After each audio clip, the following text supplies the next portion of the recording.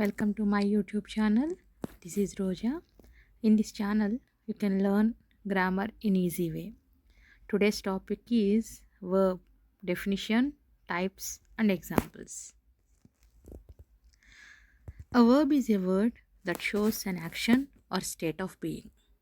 So, what is a verb? Verb అంటే ఏంటి అంటే యాక్షన్ని చూపించేదే verb or state of beingని చెప్పేది verb అని చెప్పుకోవచ్చు. సో, యాక్షన్ వర్బ్స్ అంటే యాక్షన్ రిలేటెడ్ వర్బ్స్ అనమాట. సో పనిని చూపించే verbs run, write, read, speak etcetera. And state of being verbs is, am, are, was, were. వీటినే బీ ఫార్మ్స్ అని కూడా అనుకోవచ్చండి. సో ఈ action verbs, state of being verbs అని ఈ రెండింటిని కూడా వర్బ్ కింద మనం చెప్పుకోవచ్చు. There are two main types of verbs. Verbs are of two types. What are those two types of verbs here? Main verb, helping verb. మనకి two types ఉంటాయి verbs అనేవి. అవి ఒకటి మెయిన్ వర్బ్, రెండు helping verb. Main verb shows the main action in a sentence. So main యాక్షన్ని చూపించేదే main verb. సెంటెన్స్లో main యాక్షన్ని చూపిస్తుంది అనమాట మెయిన్ వర్బ్ అనేది. Examples eat, go, play, study, work, complete. Verbs కూడా చాలా ఉంటాయండి మనకి పార్ట్స్ ఆఫ్ స్పీచ్లో. Helping verb helps the main verb to show time or tense. So tenses రిలేటెడ్గా, టైం రిలేటెడ్గా హెల్పింగ్ వర్బ్ అనేది ఏంటి అంటే మెయిన్ వర్బ్కి హెల్ప్ చేస్తుంది. For example is, am, are, was, were, has, have, had, will, shall, can, could, may, might, etc. Example చూడండి, she is reading a book. So if you observe this sentence, ఈ sentence కనుక మనం observe చేసినప్పుడు is అనేది helping verb, reading అనేది main వర్బ్గా act చేస్తుంది ఈ సెంటెన్స్లో. Most verbs have 3 main forms. Generally వర్బ్స్కి 3 మెయిన్ ఫార్మ్స్ ఉంటాయి. వాటిని ఏమంటాము? Base form, past form, past participle అని చెప్పుకోవచ్చు. సో వీటినే V1, V2, V3, V4 అని టోటల్గా వర్బ్ ఫార్మ్స్ కింద కూడా మనం చెప్పుకోవచ్చు. సో V1 అనేది ఏంటి అంటే ప్రెజెంట్ని రిప్రజెంట్ చేస్తుంది, బేస్ ఫామ్ అనమాట అది.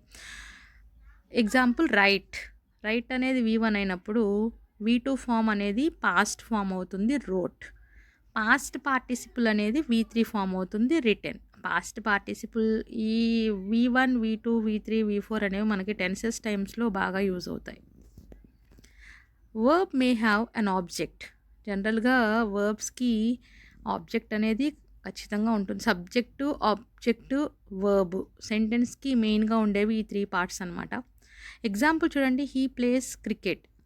హీ అనేది it's a subject, plays verb, cricket అనేది object. So what is a subject అంటే సెంటెన్స్లో సబ్జెక్ట్ ఈజ్ ద డూయర్, పనిని చేసేవాడు సబ్జెక్ట్ కింద చెప్పుకోవచ్చు. వర్బ్ అంటే ఏంటి? పనిని చూపించేది వర్బ్ అని తెలుసు కదా. అండ్ క్రికెట్ అంటే సెంటెన్స్లో మనకి ఆబ్జెక్ట్ అనేది ఏంటి అంటే it's a sufferer or receiver. So పనిని రిసీవ్ చేసుకోవడం కానీ ఆ పని ద్వారా సఫర్ అయ్యేది కానీ మనకి ఆబ్జెక్ట్ కింద చెప్పుకోవచ్చు. జనరల్లీ వర్బ్స్కి ఆబ్జెక్ట్ అనేది ఉండొచ్చు. సో ఎగ్జాంపుల్ ప్లేస్, అక్కడ హీ ప్లేస్ క్రికెట్ ఇచ్చారు కదా. Plays is a verb, cricket is an object. So transitive verb needs an object. Example she reads a book. Again మనకి వర్బ్లో ట్రాన్సిటివ్ అండ్ ఇంట్రాన్సిటివ్ అని 2 types ఉంటాయండి. ట్రాన్సిటివ్ వర్బ్కి ఇంట్రాన్సిటివ్ వర్బ్కి సింపుల్ డిఫరెన్స్ అనమాట. సో ట్రాన్సిటివ్ వర్బ్స్ అనేవి ఖచ్చితంగా వాటికి ఆబ్జెక్ట్ అనేది ఉండాలి. ఆబ్జెక్ట్ ఉంటేనే వాటిని ట్రాన్సిటివ్ అంటాము. ఆబ్జెక్ట్ లేనటువంటి వర్బ్స్ కూడా ఉంటాయి, వాటిని ఇంట్రాన్సిటివ్ వర్బ్స్ అని. అంటే no need to have object for intransitive verbs. So transitive verb example చూడండి, షీ రీడ్స్ ఏ బుక్. ఈ సెంటెన్స్ని అబ్జర్వ్ చేస్తే she reads a book. Reads వెంటనే ఏ బుక్ అనే ఆబ్జెక్ట్ వచ్చింది కదా. సో ఇది ట్రాన్సిటివ్ వర్బ్ కింద మనం చెప్పుకోవచ్చు. An intransitive verb does not need an object. Intransitive వర్బ్కి ఆబ్జెక్ట్తో అవసరం ఉండదు. Example the baby sleeps. The baby స్లీప్స్కి అక్కడ సెంటెన్స్ కంప్లీట్ అయిపోయింది. అక్కడ మనకు ఆబ్జెక్ట్ లేకపోయినా కూడా ప్రాబ్లం లేదు. ఓకే. ఇక్కడ ఆబ్జెక్ట్‌తో సంబంధం లేదనమాట ఇలాంటి సెంటెన్సెస్‌కి. The baby sleeps on the bed అని వచ్చినప్పుడు ఆన్ చూడండి. ఆన్ కానీ, ఇన్ కానీ ఇలాంటి ప్రపోజిషన్స్ వచ్చినియి అంటే అసలు మనకి ఆ సెంటెన్స్‌లో వర్బ్ ట్రాన్సిటివా, ఇంట్రాన్సిటివా అనేది ఈజీగా ఐడెంటిఫై చేయొచ్చు. సో, వర్బ్ వెంటనే మనకి ఆహ్, నౌన్ అనేది నౌన్ ఫార్మ్ గానీ, లైక్ థింగ్స్ నేమ్స్ కానీ ఏమైనా కానీ వచ్చింది అంటే దట్ ఈస్ డైరెక్ట్‌లీ ఆబ్జెక్ట్ అని మనం చెప్పుకొని దాన్ని ట్రాన్సిటివ్ వర్బ్ కింద చెప్పొచ్చు. అలా కాకుండా ఇన్, ఆన్ లాంటివి for example the birds are flying in the sky. Flying వెంటనే ఇన్ అనో ప్రపోజిషన్ వచ్చింది చూసారు. సో, చాలామంది ఏమనుకుంటారు అంటే the birds are flying in the sky అని చూసినప్పుడు ద బర్డ్స్ అనేది subject, flying verb, in the sky object అనేది ఫీల్ అవుతూ ఉంటారు చాలామంది తెలియక. సో, ఇన్ ద స్కై అనేది ఆబ్జెక్ట్ కాదండి. ఇన్ అనే ప్రపోజిషన్ వచ్చింది అంటే అసలు అక్కడ అది that is not the object అనేది మనం అర్థం చేసుకోవాలి. సో, ట్రాన్సిటివ్ కామన్ మిస్టేక్స్ జనరల్‌గా జరిగేటటువంటి కామన్ మిస్టేక్స్ ఏంటి? Every sentence must have a verb. A sentence without a verb is incomplete. So, జనరల్‌గా సెంటెన్స్ అనేవి ప్రతి సెంటెన్స్‌కి కూడా వర్బ్ అనేది ఉండాలి.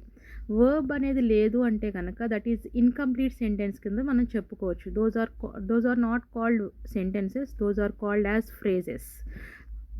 వర్బ్ లేనటువంటి వాటిని మనం ఫ్రేజెస్ కింద చెప్పొచ్చు కానీ వాటిని కంప్లీట్ సెంటెన్స్‌గా మనం చెప్పలేము. So, sentence without a verb is incomplete. Thank you for watching. Like, share and subscribe for more grammar lessons.